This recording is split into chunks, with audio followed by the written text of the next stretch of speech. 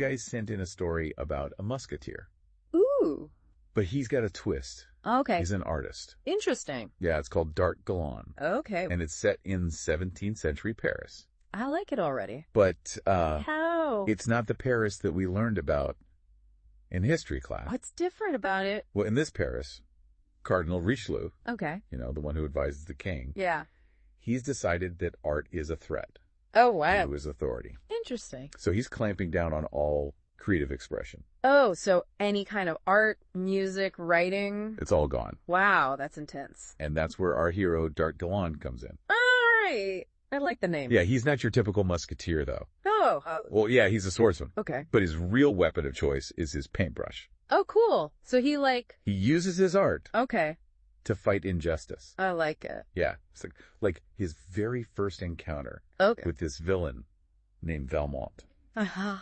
He doesn't just win a duel with him. Oh, so they duel. Yeah. But then he also, He uses art, too. yeah, he humiliates him through his art. So he's like a double threat. Exactly. Interesting. So he's like a one-man resistance. Okay. But he's not alone for long. Oh, there's more. He's got his crew. Okay. They're called the Pintores Mosqueteros. What does that mean? I think it's something like the Musketeer Painters. That makes sense. There's Claire. Where? She's a sculptor. Nice. And then there's Lucien. Okay. He's a playwright. Ooh. I wonder what kind of plays. They're very satirical. Oh, I see. You know, they poke fun at the powerful people. That's gotta be dangerous. Definitely. Especially with Richelieu around. Right, they're risking their lives. So how do they actually, use their art to fight back? Well, they make art Okay. that challenges Richelieu's control. Okay. Because remember, he's trying to control information, Right. but they are putting out a different message. Oh, so like a counter narrative. Exactly. Through their art. Yeah, like, for example, Uh-huh. Dart Galan. He creates this mural, Okay. and it shows, all the struggles of the regular Parisians. Oh, wow. And then right next to it, he shows how lavishly... Rich people are living. Yeah, and it makes people start to think. Right, wait a minute. This isn't right. Something's wrong here. Yeah, so their art is starting to, Wake people up. Exactly. I wonder how Richelieu feels about that. Well, he's not happy. I bet. He sends this guy called the Master of Shadows after them. Oh, that sounds scary. Yeah, he's supposed to silence them. Okay. What's interesting about him, though, is that What? he actually believes that art is dangerous. Actually believes it? Yeah, he thinks it can cause chaos. Oh, wow. So in his mind, he's actually the good guy. Trying to save everyone from art. Exactly. But he's afraid of free thinking. Pretty much. Interesting. So things really come to a head Okay. at the Pintores Mosqueteros workshop. Oh, so they have a shared studio? Yeah. And the Master of Shadows and his guys, They attack. they attack the workshop, Oh, no. trying to crush the artists. What happens? But then something amazing happens. What? All the people of Paris, Okay. who've been inspired by the art, Yeah. they come out to defend the artists. Wow, so the art really worked. It did? What happens to the Master of Shadows? Well, that's kind of left open-ended. Oh, so it doesn't specifically say. Kind of like revolutions in real life. Yeah, they're never really over. Right. Hmm. Makes you think about art in our world. Yeah, what kind of art? Like what moves you Yeah. or inspires you. Or makes you question things. Yeah, what art makes you want to change the world? That's a good question. Because this story shows us that art, Yeah. it can be more than just something pretty to look at. Right. It can be powerful. It can be a force for change. That's what Dart Galan is all about. It really makes you think. It does. All right. Thanks for tuning in to this deep dive, everybody. Thanks for having me. We'll see you next time. So today we're Bye. diving deep into Superdavitm, and specifically how his love for James Bond sparked his own creation. No. Doblacero, his own espionage character. It's amazing how the stuff we see early on really shapes us as creators. Absolutely. Yeah, for this deep dive, we're going to be checking out a bunch of his stuff. YouTube videos, iVox audios, and even some snippets from his novels. Doblacero a la izquierda, Bond, Conspiración y Sin, and La Gente, Doblacero a la izquierda. Looking forward to it. So right off the bat, it's super clear that Superdavitm is a huge film buff. Seriously, the guy loves movies. And it all goes back to his childhood. Oh, interesting. Yeah.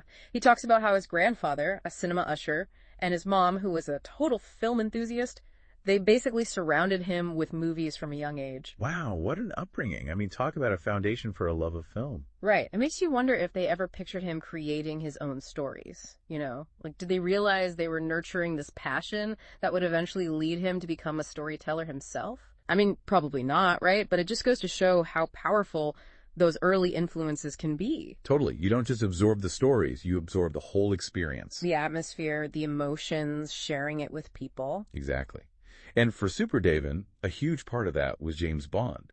He's incredibly open about how those films, especially the ones he saw growing up, shaped his idea of what great cinema is. He's upfront that his Bond rankings are totally subjective, based on his own experiences watching them, often with friends, in these local rerun theaters in Spain called Cine de Barrio. That's so cool. That personal touch really adds another dimension to his perspective. It's not just about critical acclaim, it's about that connection to the films. For sure. So for anyone not familiar with Spanish cinema culture, these Cine de Barrio were more like community hubs than fancy theaters. They'd show older films, and the atmosphere was always super lively. Gotcha. So it was more about the shared experience than seeing the latest blockbuster. Precisely. It really drives home the point that access to art isn't always about those big flashy premieres. Sometimes it's those more intimate, shared moments that have the biggest impact. I couldn't agree more. Now get this. Superdavitm doesn't hold back when it comes to his love for Bond. He flat out says that Bond films are the peak of cinema, even better than the Marvel Cinematic Universe. Bold statement. Where do you stand on that? Honestly, I can see where he's coming from. I mean, the Bond films have got it all. Exotic locations, the thrill of the chase, those suspenseful moments. There's a little something for everyone. Right. And that formula, even if it seems simple, it really taps into something universal. That desire for adventure, the good guy winning in the end, a little touch of glamour. It's escapism at its best. Definitely. So how does this lifelong Bond love translate into Superdavitm's own creative work? Well, his novel Doble Cero a la Izquierda introduces us to David, which, funnily enough, is actually Superdavitm's real name. Wait, really? Yeah. And guess what? Just like a classic Bond setup, David gets pulled back into the world of espionage. Classic. I love it. So we've got the author inserting himself into the story. That's interesting. Right. But there's more. It gets even more meta. Superdavitm sees his character, Doble Cero, which means 00, as more than just a character in a novel.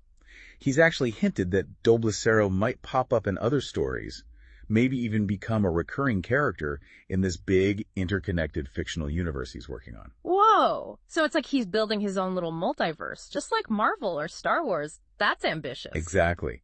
He even describes the novel as a preamble to this grander narrative, hinting that Doble Cero's journey is just getting started. And it all ties back to his love for Bond. I mean, can you imagine the possibilities? This is getting good. Let's take a closer look at those Bond influences in part 2 of our deep dive. You got it. We'll be right back after the break. Stay tuned. All right, welcome back to our deep dive.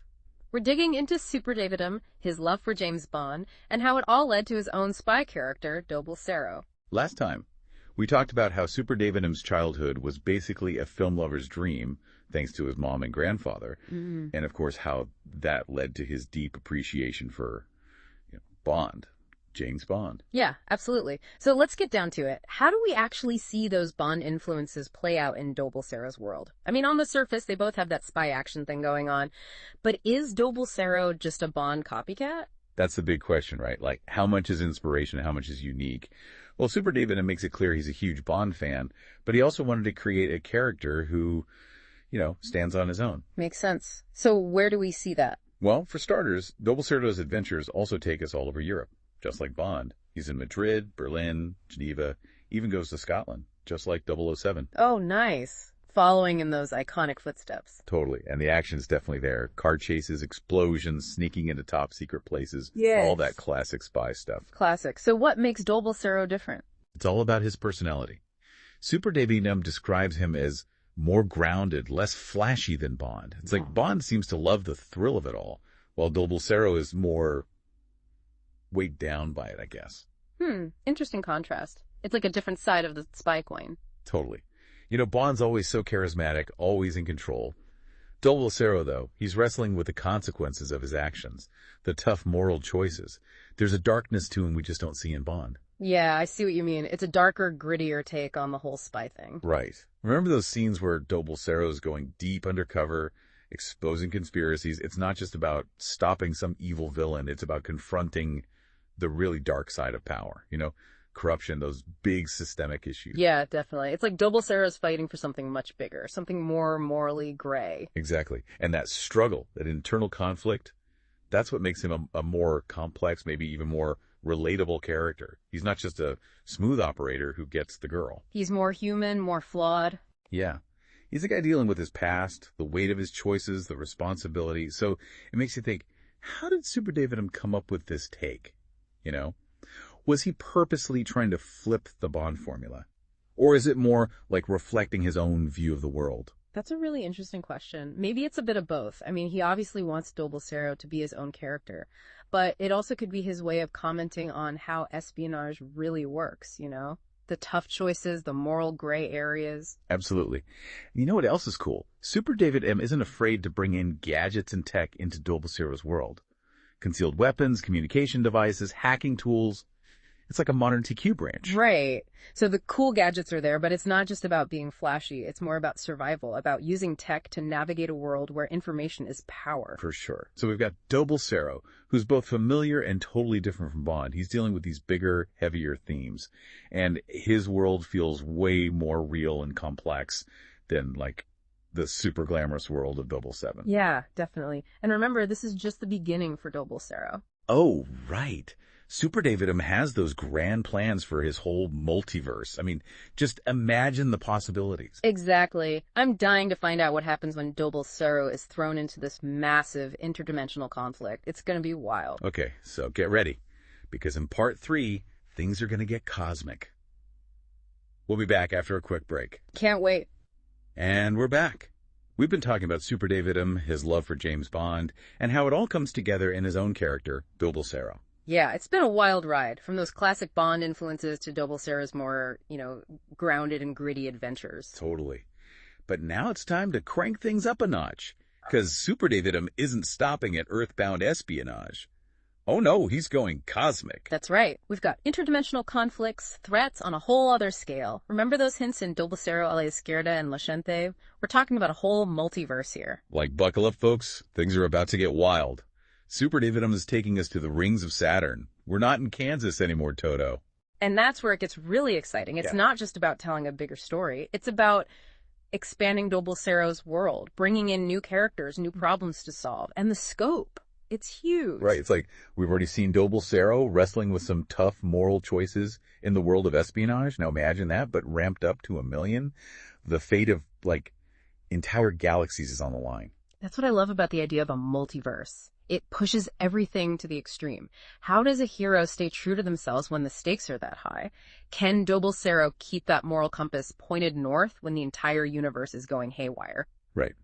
And how will his style, that whole grounded, almost world-weary approach to espionage, how will that hold up against these cosmic-level threats? Will he have to change, become more like Bond, more ruthless, more decisive? Maybe. Or maybe he finds a way to stay true to himself even when the universe is throwing everything it's got at him. It's like, how does a hero adapt when the rules of the game totally change? Exactly. And those Bond influences, how will they play out in this crazy new context? I mean, will we see Dobosero rocking some futuristic gadgets, teaming up with aliens, maybe even hopping through time and space? Who knows? The possibilities are endless, and that's what's so exciting about what Superdavitm is building. He's taking those classic spy elements, the action, the mystery, the larger-than-life characters, and blending them with this huge, universe-spanning story. It's like if you're into spy thrillers, science fiction, or just stories that blow your mind, Superdavitm is your guy. Start with Dobosero a la Izquierda for a deep dive, this time into Secret Force.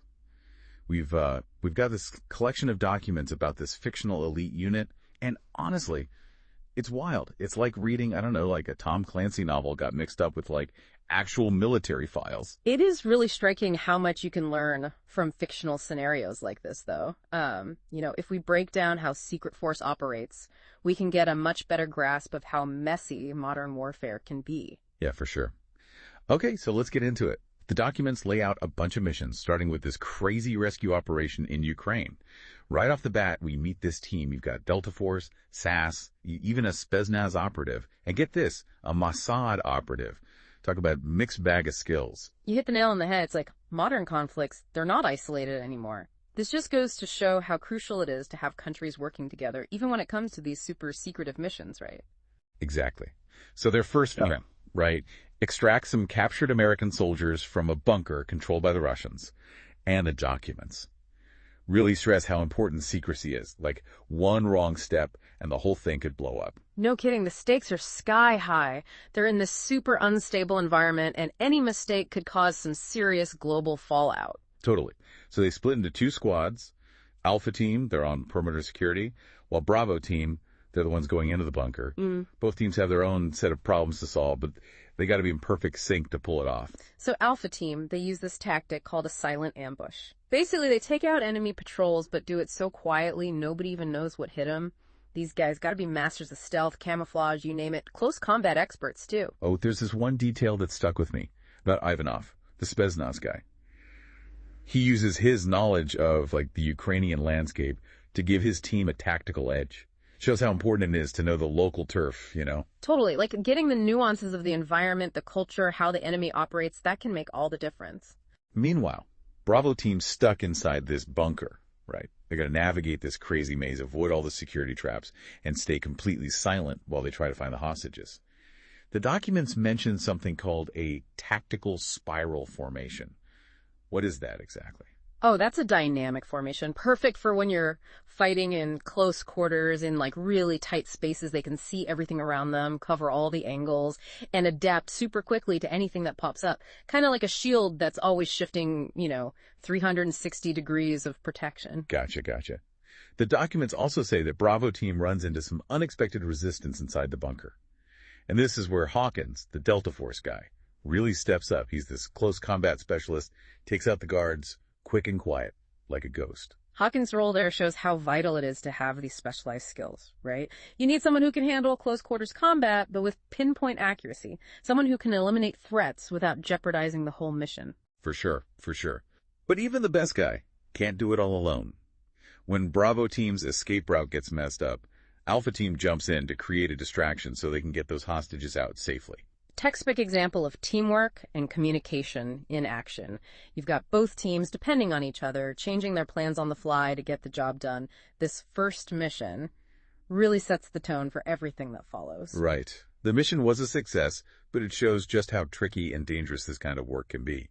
Teamwork and clear communication, absolutely crucial. And as the documents go on to show, this first mission, it's just the beginning. Secret Force is about to face bigger problems, higher stakes, and you can sense this larger conflict brewing just over the horizon. You get this feeling like there's more to it than just some random rescue missions. It's like they're uncovering these pieces of a puzzle, pointing towards a much bigger threat, something they can't quite grasp yet. We left things with Secret Force kind of staring down the barrel of this huge conflict, right? All those Russian communications they intercepted, things get way more serious as we dig deeper into the document. So, it's not just boots on the ground stuff anymore. What are we talking about here exactly? The documents, they spell out this really elaborate Russian plan. It's not just a military thing. It's cyber warfare, disinformation, even messing with the global economy. They're not just trying to win battles. They want to destabilize whole regions. Well, that's a whole different ballgame. It's like they're playing chess, 4 moves ahead, while Secret Force is still trying to learn the rules. Mm-hmm. How can they even begin to fight back against something that complicated? They realize they got to switch things up big time. They move away from just focusing on each mission as it comes. Instead, they start thinking more strategically, trying to, see the whole board and figure out the enemy's next move. I bet that's where having this, super diverse team really comes in handy. They need all those different viewpoints and skills to even understand, let alone counter, a threat like this. Exactly. You need analysts who know Russian military strategy inside and out, cyber experts who can track all those digital breadcrumbs, and operatives on the ground gathering intel.